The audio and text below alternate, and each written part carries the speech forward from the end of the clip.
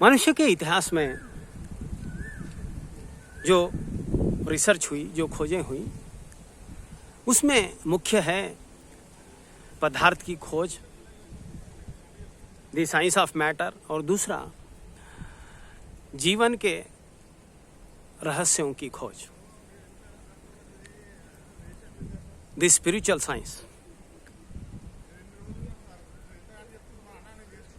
Matter की जो खोज हुई वो पश्चिम में हुई।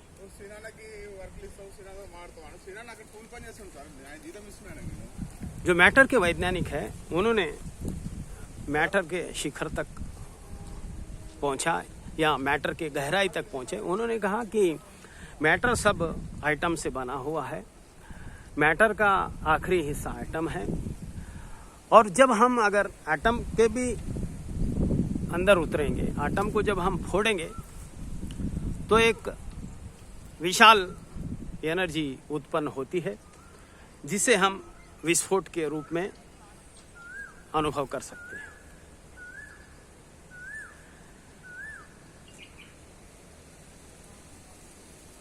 फिर इधर ईस्ट में, भारतवर्ष में हजारों साल पहले एंशिएंट इंडिया, जिसको हम प्रिमिटिव एजेस भी कह सकते हैं, कुछ लोगों ने देखा कि व्यक्ति जन्मता है, फिर कुछ सालों के बाद मरता है, लेकिन जब व्यक्ति मरता है तो शरीर तो वही रहता है लेकिन हलचल नहीं करता। तो ये मरने की जो बात उनको आश्चर्यजनक लगी। उन्होंने सोचा कि ये कोई तत्व है, इसमें ऐसा कोई तत्व है जिसे हम देख नहीं सकते, जिसे हम छू नहीं सकते, लेकिन है ज़रूर, जिसके जाने से शरीर निष्क्रिय हो जाता है, डेड हो जाता है, जिसको हम मृत्यु कहते हैं। तो उनको लगा कि जीवन कुछ आश्चर्य भरा है, इसमें कुछ ऐसे तत्व हैं जो मिस्टीरियस है, जो हमारे समझ के परे हैं। तो उन्होंने जीवन के इस रहस्यों की खोजबीन की और उसी का सार है उपनिषद।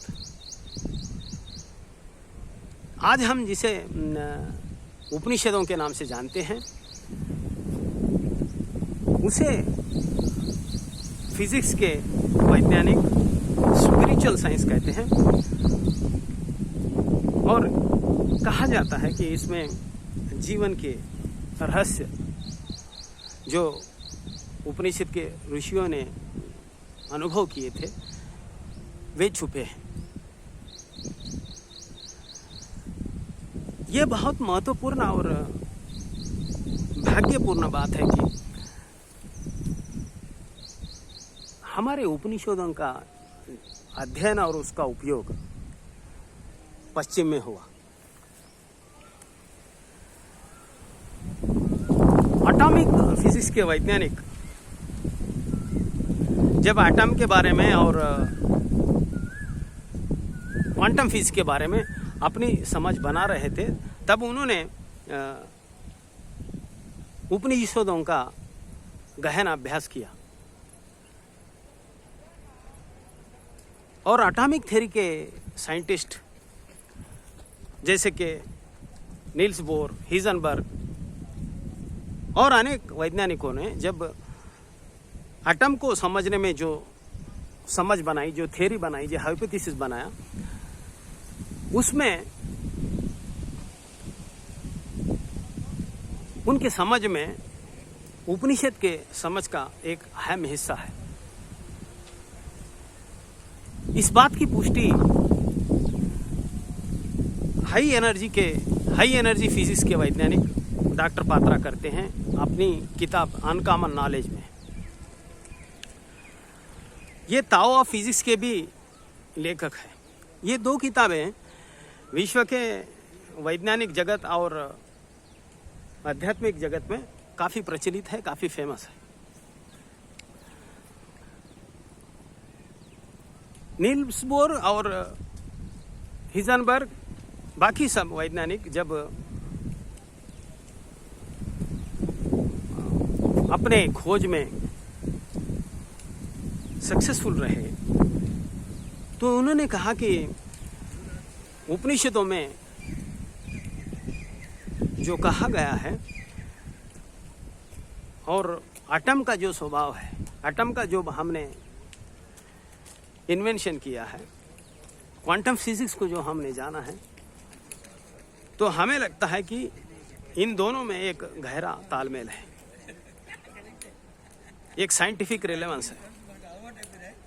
इसलिए उन्होंने कहा कि स्पिरिचुअल साइंस जो उपनिषदों में बताई गई और मॉडर्न साइंस, इन दोनों का एक फ्यूजन है।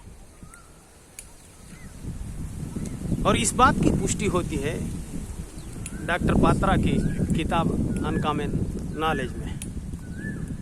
डॉक्टर पात्रा ने इन वैज्ञानिकों के साथ पर्सनल इंटरव्यू करने के बाद इस बात की पुष्टि की है।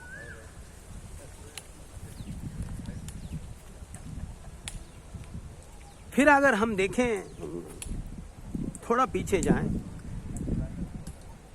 तो 400-500 साल पहले न्यूटन ने जो खोज की है गुरुत्वाकर्षण शक्ति की, स्टीफन हॉकिंस का मानना है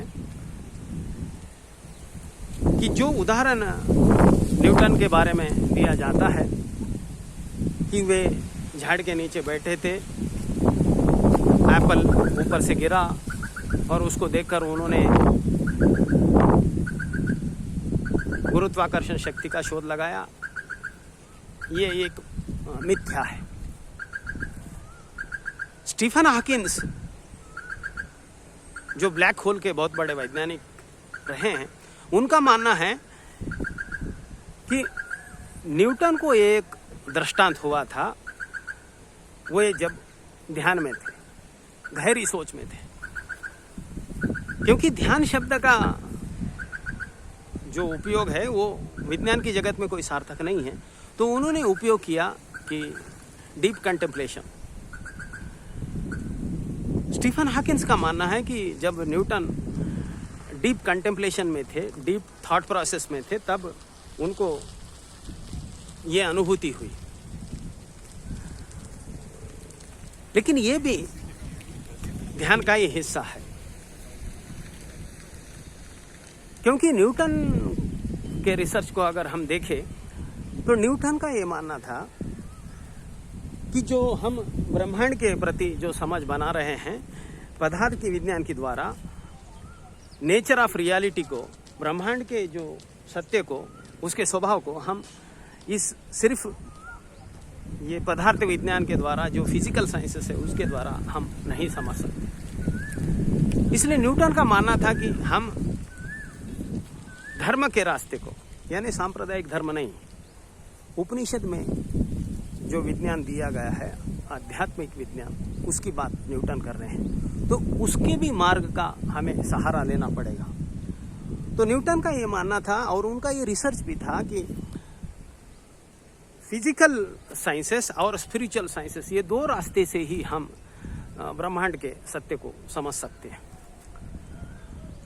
और जब उनके रिसर्च को यूरोप में डीकोडिफाई किया गया, तो एक हिस्सा जो उन्होंने अध्यात्म के प्रति उनका जो रिसर्च था वो कोडिफाई नहीं हुआ, क्योंकि कोडिफाई करने वाले भौतिक जो फिजिकल साइंसेस है उसके वैज्ञानिक थे। तो उनका जो आध्यात्मिक प्रति जो समझ थी वो इन वैज्ञानिकों के समझ के परे थी, ये उनके समझ का हिस्सा भी नहीं था।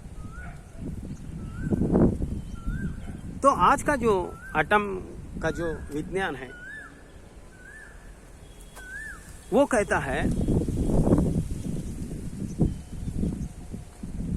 कि जो मॉडर्न साइंस है और उपनिषद का जो ज्ञान है, जिसे वो लोग स्पिरिचुअल साइंस कहते हैं, उसका एक गहरा संबंध है, एक गहरा तालमेल है। उसका उन्होंने अध्ययन भी किया और इस्तेमाल भी किया।